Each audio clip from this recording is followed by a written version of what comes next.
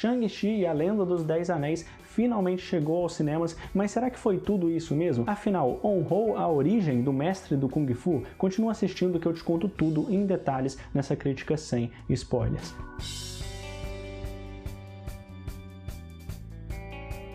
E galera, se liga só, você sabe que o maior investimento que você pode fazer na vida é em você mesmo. E certamente dominar técnicas de desenho é uma habilidade muito importante em diversas áreas de trabalho. E por isso eu vou contar para vocês sobre o método Fan Art, o curso que vai te ensinar do zero a desenhar qualquer personagem de mangá e anime do jeito que você quiser, exatamente do jeito que você pensou, mesmo que você não saiba nada de desenho. Com exercícios práticos e sem enrolação que vai te trazer resultados em poucos dias e logo você vai desenhar o seu personagem favorito em apenas alguns minutos. Você duvida? Então clica no link aqui na descrição ou no comentário fixado, eu tenho certeza que você não vai se arrepender. Garante sua vaga agora e não perde essa chance. Fala nerds, eu sou o Lucas, sejam muito bem-vindos ao Experiência Nerd. Shang-Chi e a Lenda dos 10 Anéis, a mais nova aposta da Marvel, está nos cinemas e chegou a hora da gente discutir. Será que depois da decepção que foi Viúva Negra, tivemos um bom filme? Superou ou ficou abaixo das expectativas? Já comenta aqui embaixo a sua opinião e não esquece, deixa o seu like para valorizar o meu trabalho aqui no canal, se inscreve aqui nesse canal e ativa o sininho porque só assim você vai ficar informado sobre tudo que acontece no universo Marvel. Muito obrigado de coração, vamos lá. A história basicamente acompanha o protagonista Shang-Chi, o filho do líder de uma organização criminosa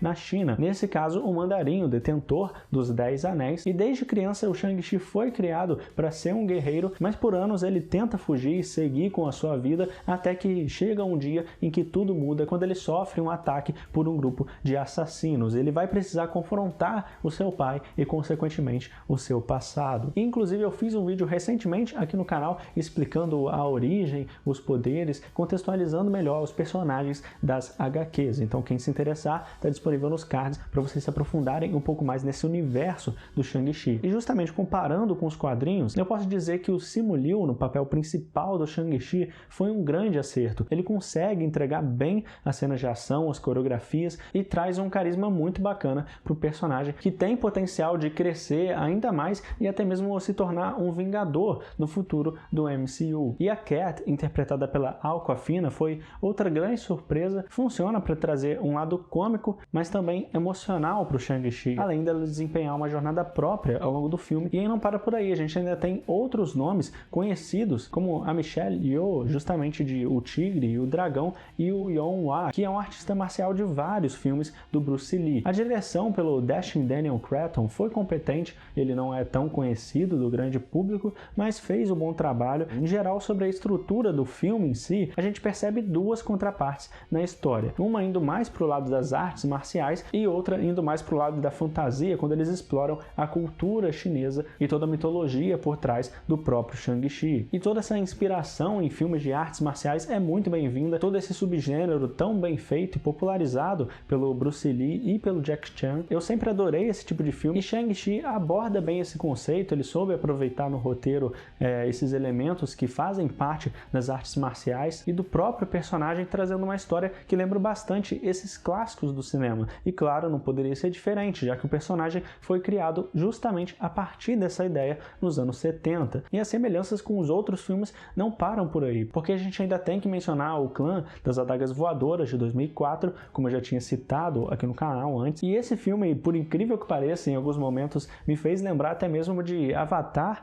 a Lenda de Aang, e um pouco da escala que a gente vê lá pro final do filme, mais pro lado da fantasia, me fez lembrar também de Dragon Ball. A ação do filme ficou simplesmente fantástica. Desde a cena inicial no ônibus em bons ângulos de câmera, coreografia inventiva, principalmente os trechos nas alturas com aqueles andaimes de bambu, que lembra muito a cena de A Hora do Rush 2, e a luta com o Death Dealer no prédio aliado à fotografia, que é muito bonita. Do começo ao fim consegue dizer mais sobre as cenas que não chegam a ficar confusas, sabe? Não é uma luta que a gente se perde no meio do caminho, o que é muito importante com uma montagem bem feita. Mas eu preciso admitir para vocês que eu fiquei na vontade de ver ainda mais dessas lutas. Quem sabe alguns planos sequência com menos cortes durante a ação. Realmente melhoraria ainda ainda mais como acontece em outros excelentes filmes, como a franquia John Wick, por exemplo. Mas claro, isso não chega a desmerecer em nada o filme, mas os únicos momentos que chegou realmente a me incomodar é quando eles se estendem demais numa piada. Eu não sei vocês, mas eu acho que algumas delas eles poderiam fazer apenas uma vez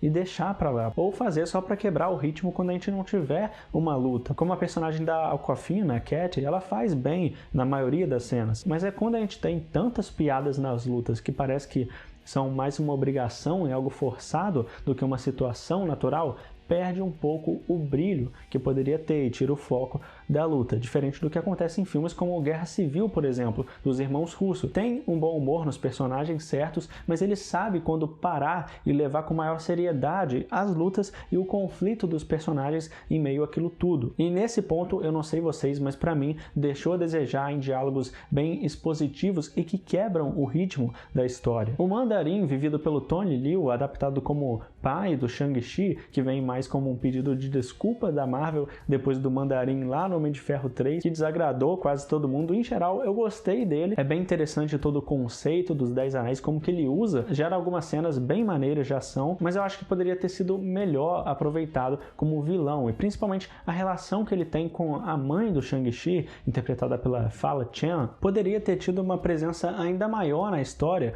para que a gente sentisse realmente ela no protagonista e no antagonista, que a gente percebesse mais o quanto isso contribui para a jornada dos dois, que ficasse mais perceptível o quanto que isso importa e o quanto contribui para a jornada que os dois vão ter, o arco que os dois precisam ter. Mas, diferente do que eu imaginava pelos trailers também, eu não gostei daquela cena inicial que tem do Mandarim com a mãe do Shang-Chi. Eu achei que destoa bastante do tom, me tirou da imersão, mesmo que eu entenda a proposta dessa cena de apresentar os personagens, o simbolismo por trás da arte marcial, mas no fim das contas eu não acho que funcionou bem. Assim como a cena de drama e toda a relação que o Shang-Chi tem com a sua irmã, a Xia Ling, pela Megan Zhang, que precisava de mais camadas para que a gente realmente entendesse o lado e o papel dela ali na trama. Que em momentos de drama que o roteiro poderia ir mais longe, eles pecam nisso e não dão um passo além. Mesmo assim, algo muito interessante é que a essência do Kung Fu, já que a gente está falando do mestre do Kung Fu vindo dos quadrinhos